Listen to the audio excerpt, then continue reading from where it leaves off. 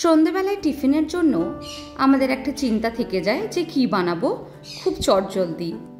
বাচ্চা থেকে বড় সবারই কিন্তু এই রান্নাটা খুবই পছন্দের হবে। আজকে বানাবো আলু টিক্কি। আলু টিক্কি বানানোর জন্য প্রথমে নিয়ে নিচ্ছি আলু সিদ্ধ, তার মধ্যে দিয়ে দিচ্ছি চিলি ফ্লেক্স আর তার সঙ্গে গোলমরিচ। একই সঙ্গে দিয়ে দিচ্ছি 2 চামচ কর্নফ্লাওয়ার আর 1 চামচ নুন।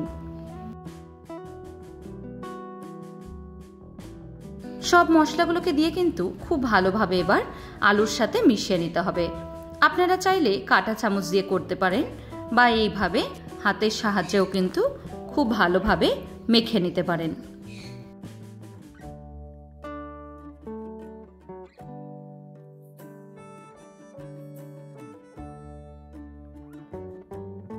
পুরো আলুটাকে কিন্তু খুব ভালোভাবে মেখে নিতে হবে, তার মধ্যে কোনো দলা যেন না থেকে যায়।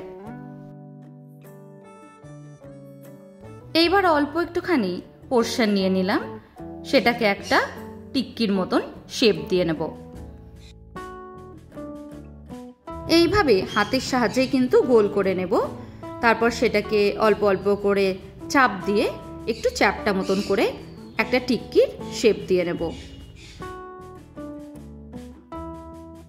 এইভাবে সবকটা টিক্কি কিন্তু বানিয়ে আমি রেডি করে নেব প্রথমেই।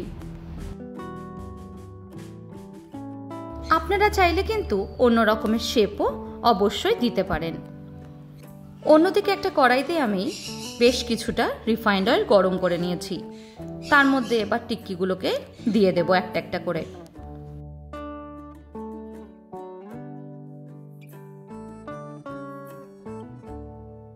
একসাথে খুব বেশি দেওয়ার প্রয়োজন নেই, 4 থেকে 5টা করে ভাজলেই যেন ভালো হয়।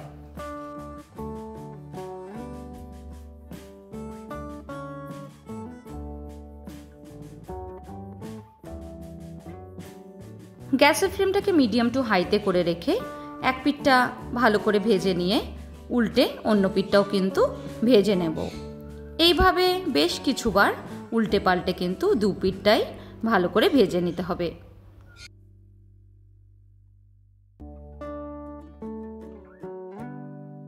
খুব চটজলদি কিন্তু এই রেসিপিটা বানিয়ে নেওয়া যায়।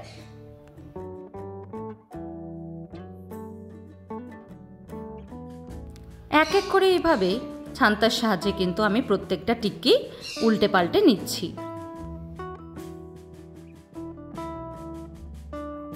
এক পিঠটা দেখুন খুব সুন্দর কিন্তু লাল রং চলে এসেছে।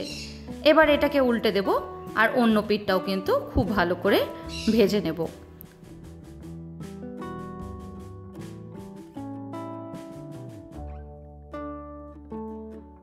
এইভাবে কিন্তু একে একে সবকটাই টিক্কি আমি ভেজে নেব। এইভাবে যদি একটু ধৈর্য ধরে টিক্কিগুলো ভাজা হয় সেটা কিন্তু খেতে খুব সুন্দর হয়।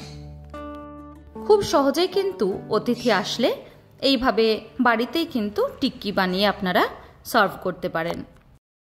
আজকের মতন এইটুকুই, আবার দেখা হবে নতুন কোনো রেসিপি নিয়ে। ভালো থাকবেন, সুস্থ থাকবেন, ধন্যবাদ।